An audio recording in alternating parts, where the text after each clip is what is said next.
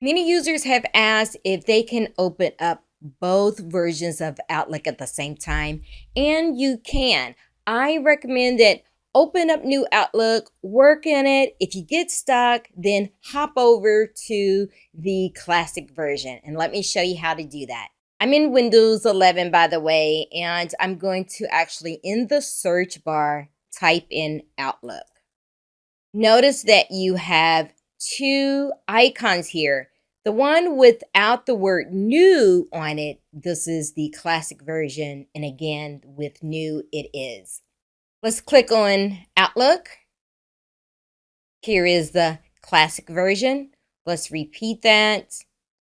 And since I've already did the search on Outlook, let's click on new. And we have new Outlook open because I see the toggle here.